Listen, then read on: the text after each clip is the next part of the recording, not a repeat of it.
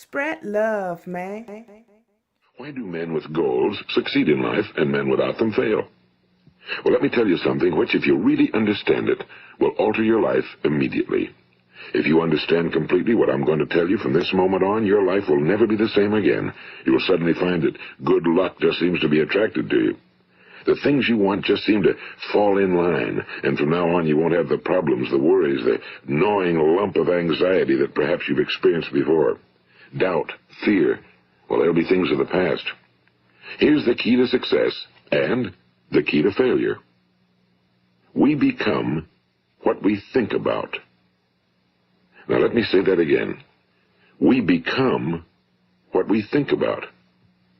Throughout all history, the great wise men and teachers, philosophers and prophets have disagreed with one another on many different things. It's only on this one point that they are in complete and unanimous agreement.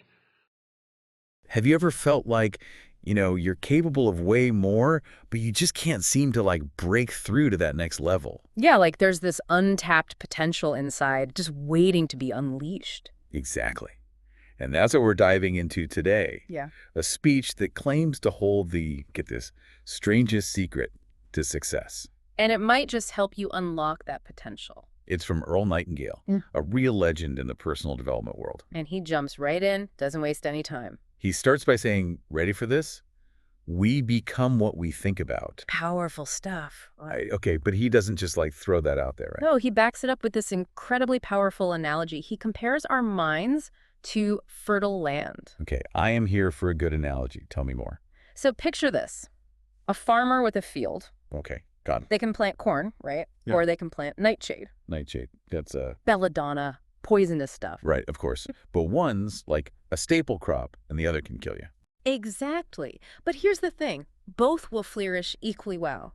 It all depends on what the farmer chooses to plant. So what we're saying is our thoughts are like those seeds, basically. That's Nightingale's point. Our minds are just like that field. So if we're always planting seeds of self-doubt and negativity. Don't be surprised if your life is kind of a downer, right? And the flip side is true too. If we cultivate thoughts of success, confidence, Achieving those goals. then, well, those things start to take root. You got it. Okay, so we're all capable of amazing things, but we hold ourselves back. That's exactly what Nightingale argues. But how much are we holding ourselves back? He suggests most people only use a tiny fraction of their mental abilities. Tiny, like how tiny? About 10%, he claims. Imagine that, having this incredible power and only using a sliver of it. That's both empowering and kind of terrifying, you know? No, like we're walking around with a superpower we don't even know how to use. And to make things worse, we don't even value it, do we? That's the paradox he points out.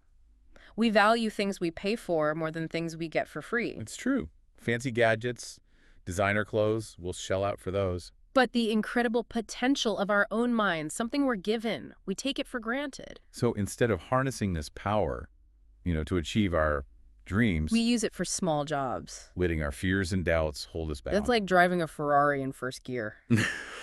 Never putting the pedal to the metal. Exactly. This is why he calls it the strangest secret. It's right there in front of us. The power to shape our reality with our thoughts. And we never tap into it. And he doesn't let us off easy. He challenges his listeners to actually try this out. Try it out how? A 30-day experiment to really test this idea that we become what we think about. A 30-day experiment. Mm-hmm. To unlock the power of my mind.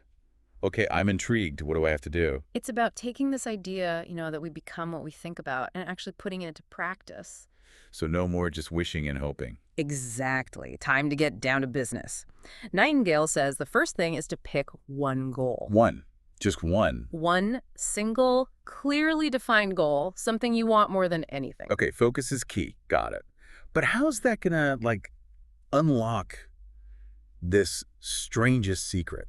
That's where step 2 comes in. It's a little old school, but trust me on this one. Okay. Write your goal down. Write it down. Yeah, on a card. Like an index card. Why is that so important? There's just something powerful about taking a thought, something you can't see or touch, and making it real. Interesting. When you write it down, it's like a declaration. A promise to yourself. Exactly, and it's harder to ignore that way. Okay, I'm with you. So I've got my goal. It's written down. Now what? Nightingale says to keep it with you. Everywhere, look at it all the time. All the time. Use it as a reminder. Every time you see the card, you're reminded of your goal. And here's the key. You replace any doubts or negative thoughts with a picture of you achieving it. So it's like we're training our minds. Like athletes use visualization.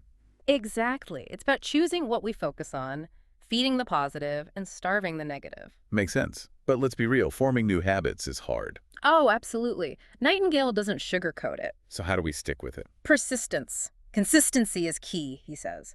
In fact, he quotes Dorothea Brande, another big name in self-improvement. She said, "Act as though it were impossible to fail." I love that.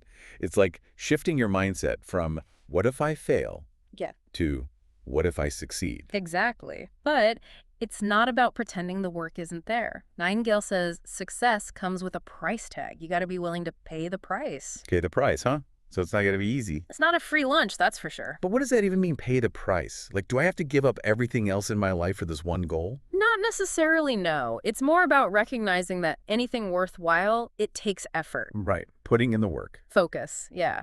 And being willing to get uncomfortable sometimes. Pushing past those limits. Exactly. It's an investment of your time, your energy. And probably facing some, like, fears and setbacks along the way. Definitely. It's about showing up for yourself and your dreams, even when it gets tough. Okay, yeah, that makes sense. Commitment, dedication, Yeah. all those things we hear about, right? Yeah. But this is what always gets me with this kind of self-improvement stuff. You know, it feels very me-focused. What do you mean? Like, achieve your goals, live your best life. But Nightingale, he adds something more to that, doesn't he? Absolutely. He takes it a step further. It's not just about, like, climbing that ladder at work or the big house, right? It can be, sure. But it's about the why, the bigger picture. He says real success, the kind that lasts, it comes from aligning your goals with something bigger. Okay, I think I see where you're going with this. Princess. Service to others. Exactly. It's not just about you. It's about how you can use what you're good at, your passions, to make a positive impact. So it's about finding that, like, sweet spot Yeah. where your talents and interests line up with, like, what the world needs. Exactly. That's where the magic happens. Because when you're driven by something bigger than yourself, when you're using your success to lift others up, it gives your journey a whole new meaning. It's not just about you succeeding, it's about what that success does in the world. Exactly. I love how this all comes back to that strangest secret, you know. Our thoughts, they really do shape our reality. It's not just about our own personal achievements either. It's about how we choose to impact the world around us. And that's what makes it so powerful, right? It's like Yeah. a roadmap for our own success, but also a call to live a more meaningful life. It's both, for sure. So we're wrapping up our deep dive into Earl Nightingale's Strangest Secret. And I think the biggest takeaway is this. We all have this incredible power inside us. We really do. The power to choose our thoughts, our beliefs, and ultimately to create the reality we want. But we can't just understand it, you know? We have to live it, We have to put in the work. challenge those limiting beliefs, and really step into our full potential. And that's the first step, right? Recognizing that power. And if you're listening to this, you're already on that path. You're curious, you're learning, you're ready to grow. So my question to you as we finish up here is this. What would you dare to achieve if you truly believed in the power of your own mind? What kind of impact would you make if you knew, absolutely knew, you could achieve anything you set your mind to? That's the real strangest secret, isn't it? Yeah. It's not really a secret at all. It's an invitation to step into your power. And to create something extraordinary.